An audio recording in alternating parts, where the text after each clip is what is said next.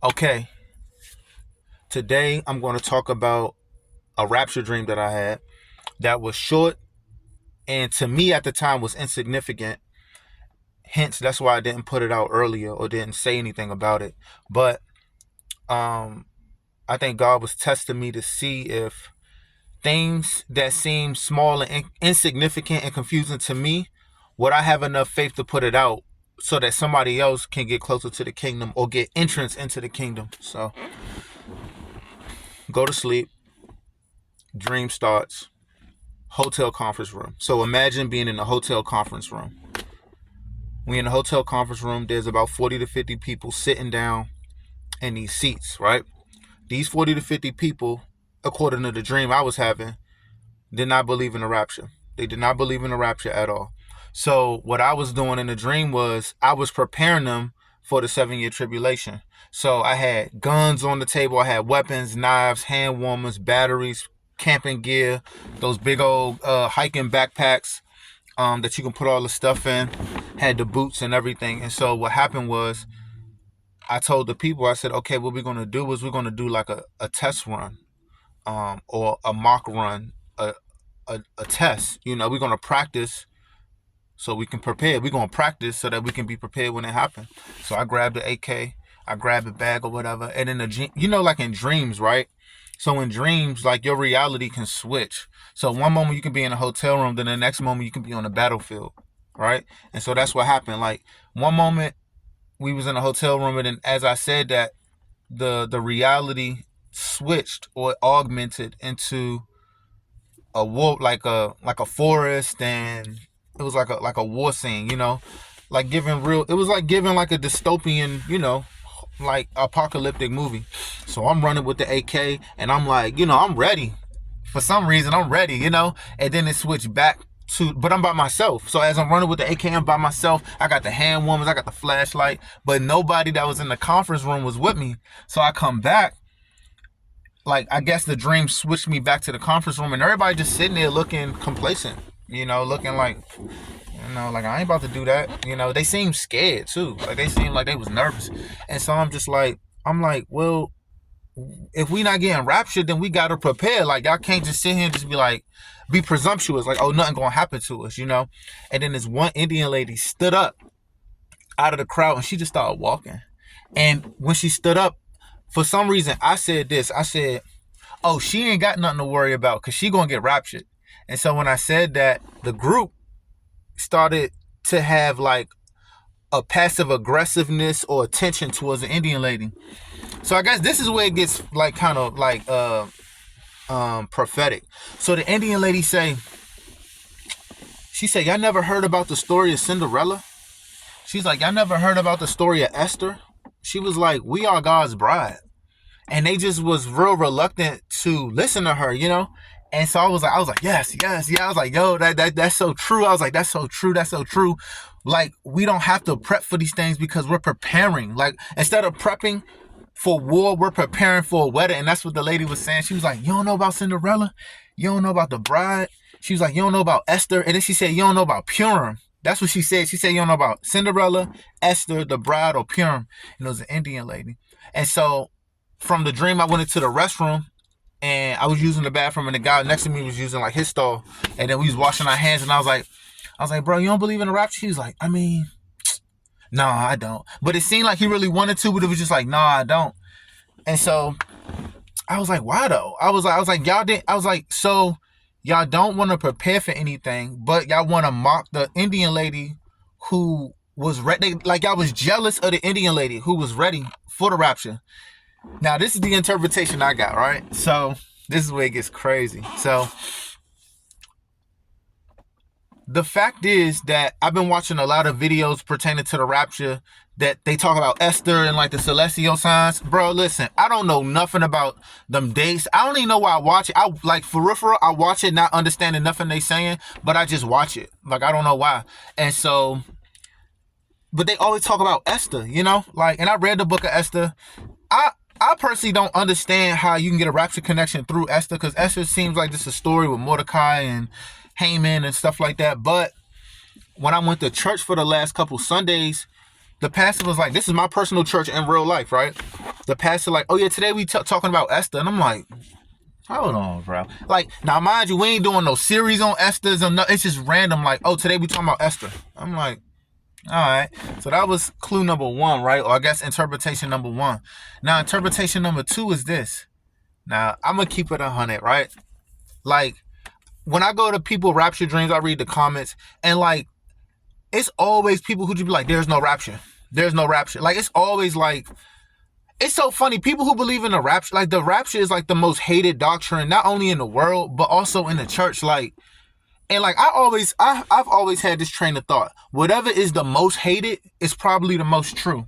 You see what I'm saying? So it's like, I just see so many people making fun of the rapture, or there is no rapture, or you need to prepare.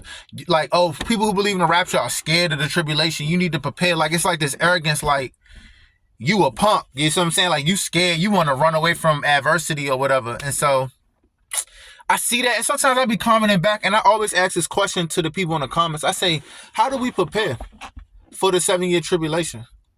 And then, like, this is the contradicting part. They say, oh, no, like, you don't got to prepare because God going to protect us. But if God going to protect us, why do we need to go through it? Oh, but we need to go through it because we got to die. We got to get killed and martyred for our faith. But then when I say, so how do we prepare to not take the mark of the beast? To, I guess, duck all those crazy seal judgments and trumpet judgments and bowl judgments. Because mind you, the Bible never said in Revelation, oh, the church going to be spared through it. If you read through the 7 seals, everyone getting a piece of it, except for the 144 who are Jewish males, virgins, I believe, that are sealed. And then the Bible even say, like, the Antichrist is going to have power to overcome the saints. And then all the martyrs under the thing. So, I mean, all of the martyrs that's under the altar crying out. So, I guess I've always seen a contradiction with people who, like, mock the rapture. They mock the rapture and they say, well, you're not tough enough to go through the tribulation. But then when you ask them how to prep, they really don't have no answer because there's no way you can survive through the tribulation. So then they go back to say, oh, well, we're going to be protected through it. So, but it don't make sense because if we're going to be protected through it, why wouldn't Jesus just take us out of it? Right? And then they have no verse to back up that we be protected through it because it literally says that the Antichrist is going to kill us. Like, you know, like, we're going to get beheaded. And if you don't get beheaded, you might die from the nukes. You might die from the poisonous water. Like, there's no real protection. And I mean, it's so, and what's so funny is, like, it seems like people who mock the rapture, like, it's never like an actual, like, solid reason. It's just more of like this, like, opinionated, like, oh, y'all scared. Or y'all just have an escapist mindset. Or the rapture is an American evangelical thing. And I'm like, bro, I've been to the Philippines and people talk about the rapture. I lived in Jamaica for a year and they talked about the Lord's coming. So it's like, can we get an actual, like, like, real substantial argument against the rapture, except for just like, oh, you scared, or the people that believe in the rapture are going to fall away, like, just these, like, presumptuous opinions that's not coming from any facts, you know? So I hope I didn't lose anybody in that, but I just say that to say, like, the tension in my dream from the lady who got up and walked out, it was like she believed in it, and then, like, as she saw the confusion, it was like the Holy Spirit probably spoke to her in the dream. It was like, you don't have to worry about this. You can just get up, go, you know, and prepare to be a bride. And when she did it, you can tell that they was, like, upset about it. You see what I'm saying? So that was a dream. And then, and the last thing is, so I'm scrolling on YouTube, and then there's an Indian lady, right? And I'm gonna pin her name to the top of the comments, but there was an Indian lady who literally was talking about a rapture dream she had. And then, like, and so this is how you know when God is, like, speaking through you, right? Or speaking to you. So I didn't forget about this. I remember the dream, but I didn't think too much about posting it. But when I saw the Indian lady, it was like instantly, like, the Indian lady in the dream popped up. So I watched it. I didn't even watch the whole thing. I was just like, this her. I commented on it. She responded. And then I was like, all right, I got to make this video now. So I guess I say all this to say this, like, man, look, bro, like, ain't nobody, like, I grew up I don't like to boast about this, but I grew up in Southeast Washington, D.C. Like, that's hood, you know, hood. Like, I grew up in the trenches. Ain't nobody scared of no tribulation. Like, man, bro, the people that's looking for the rapture, most of us been through so much, like, the tribulation wouldn't move us. Like, ain't nobody scared of death. So it's like, You know why you know why I'm waiting for the rapture? Because I'm tired of like living in this body of sin. It has nothing to do with escaping, bro. Like, look, there's another side of me that be like, bro, I wish somebody would. I would love to be in a tribulation. Like, cause if somebody even think about touching me, I'm going out. Like, you see what I'm saying? I love that like war heroes type stuff. So it's like, don't ever think that like just cause somebody believe in a rapture that they some sort of punk or they a punk, bro. Like, you know, they scared. Like, it ain't like, first off, that's a presumptuous opinion. And second of all, most of these people been through so many things that they ain't scared of nothing. Like, we ain't got to be scared of nothing. So even if we was to be left in a tribulation, like, it's nothing. We can go to war any day, and I get to die and go to heaven. So I get to die heroic death and go to heaven. Like, death don't scare nobody, especially when you standing up for something. But it's like, man, we want the rapture because we try and get up out of this body of sin. Like, and I guess I can get personal too. Like, the Lord revealed the rapture to me in 2022, right? So, you know, I'm all on my Instagram. I'm like, bro, it's coming, it's coming, it's coming. Little do I know, it's been hell for me, bro. Like, I mean, Satan been on my head. You know, it seemed like ever since I started watching, like, I've been more obedient too. Like, the rapture helped me like give up my I don't know if YouTube gonna strike me for this, but I struggle with lust, particularly looking at explicit videos. I don't want to say the other word because they might, strike it up. Y'all know what I'm talking about, bro. I be looking at the explicit videos and saying like, so when the Rapture Dreams came to me in 2022, like my whole, I've been doing so much better, y'all. I'm talking about it went from like 80% to like 30%, which is 50%, and that's good, but it's still like, that 30% I want to be gone. There's still residue of sin. And it's like, that's really the reason why we try and get up out of here. Like, I'm in school right now for cybersecurity. Like, they like, oh, you're going to make 6 figures and all that. But I'm like, deep down, like, bro, I don't care. I'm trying to go home. Like, but I still got to take care of my family. I still got to, like, I don't see no future here. Like, so it's like when you like it's like, stop thinking people want the rapture because they want to escape the tribulation. We already in tribulation. It's people out here losing their kids, they husbands, they wives. It's people already dealing with that. Like, please stop making that presumptuous opinion like, oh, we just want to escape. Escape what? We here. Like, bro, you can die any day. It don't matter. Like, even though we not in tribulation, it's still people getting killed every day. Like, they just shot up Joel Osteen Church. So it's like, let's stop making this like this thing of like, nobody's scared, bro. Nobody's scared, bro. Nobody's scared, bro, at all. The only thing I'm scared of is keep disobeying God. The only thing I'm scared of is when I get off my knees and pray, I get a call saying that I got prediabetes. Cause I know Satan trying to like attack me every single. That's what I'm scared of, bro. I'm scared of my little 8-month-old baby growing up in this evil world. I ain't scared of no tribulation, bro. We already here in a sense. So that, and this is why I hate making videos. But it's just, like, if you don't believe in a rapture, bro, then don't believe, like, but stop mocking and like bothering people that do. If you notice, you don't see people that believe in the rapture antagonizing people that don't believe in the rapture, because we ain't focused on that. Just like the Indian lady in the dream, we so focused on, all right, bro, if I'm Cinderella, that like she said in the dream, well, if I'm Esther, like, I ain't got time. Like, if you getting married, you ain't got time arguing with ex-girlfriends. I'm the one getting married.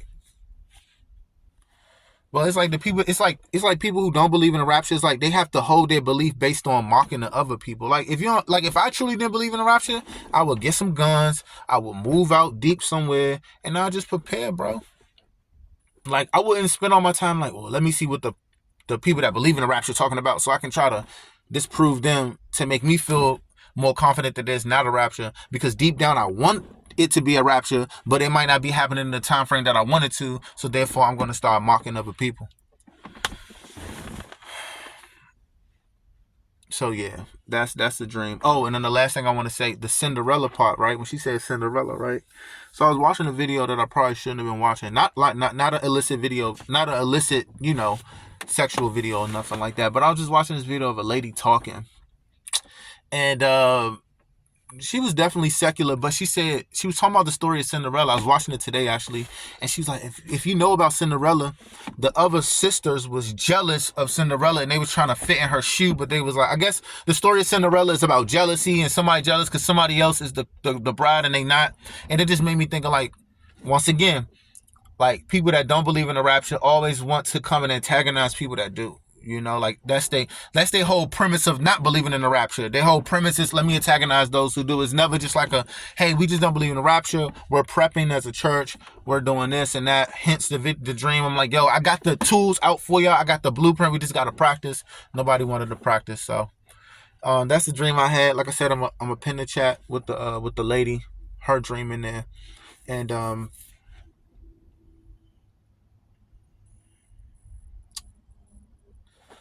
I guess, man, just I guess my only thing to say is like just walking your calling. You know, like look, God. I mean, just do anything for God. Like even yesterday, I was walking up to the steps in my house, and my neighbor said, "Can you help me bring my couch upstairs?"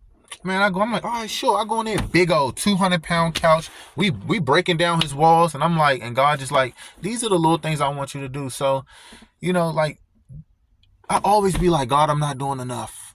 Like, and then you do something, and then you like, yes, I'm doing what I need to do it. And 2 weeks later, like, I ain't doing enough. You ain't gonna never do enough because Christ did it all for us. But just some little things, like you might not have the boldness to get out on the street and preach or walk straight up to somebody and say repent, but you might have the boldness to be like, hey, bro, I got $10 to my name. This dude asking for 5. I need that 5, but I'm gonna trust God for the 10, for another 10 or for a 20. So I'm gonna give him the 5. Or I'm gonna tell you something else that God appreciates.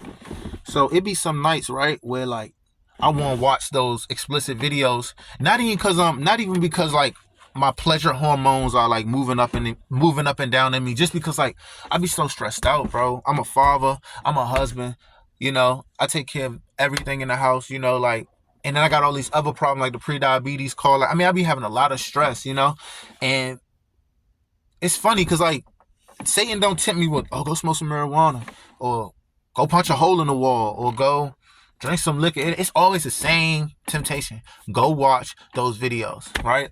And then like I say, you know what, Satan, I'm not gonna do it. And you know how Satan works? I say no to Satan, I pray, and then I stay up all night.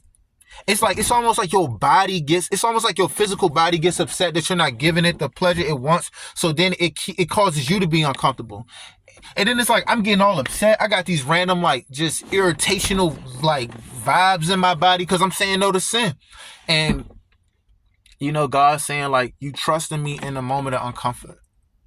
And so I just want to encourage anybody, like when you say no to weed or explicit videos or texting that person to go, whatever, or marijuana, but then when you say no to it, it seems like your life getting worse, and you still saying no. And sometimes you might be like, dang, God, are you being unfair to me? Are you trying to force me to do this? But you still saying no? That has a heavy weight in the kingdom too. So just remember that, bro. Like when you say no to something, look, even if you say no the first 2 days and you mess up on the third day, them 2 days God is looking at. He ain't worried about the third day. He worried about them 2 days. And I'm telling myself that. So I had a rapture dream. And God love y'all.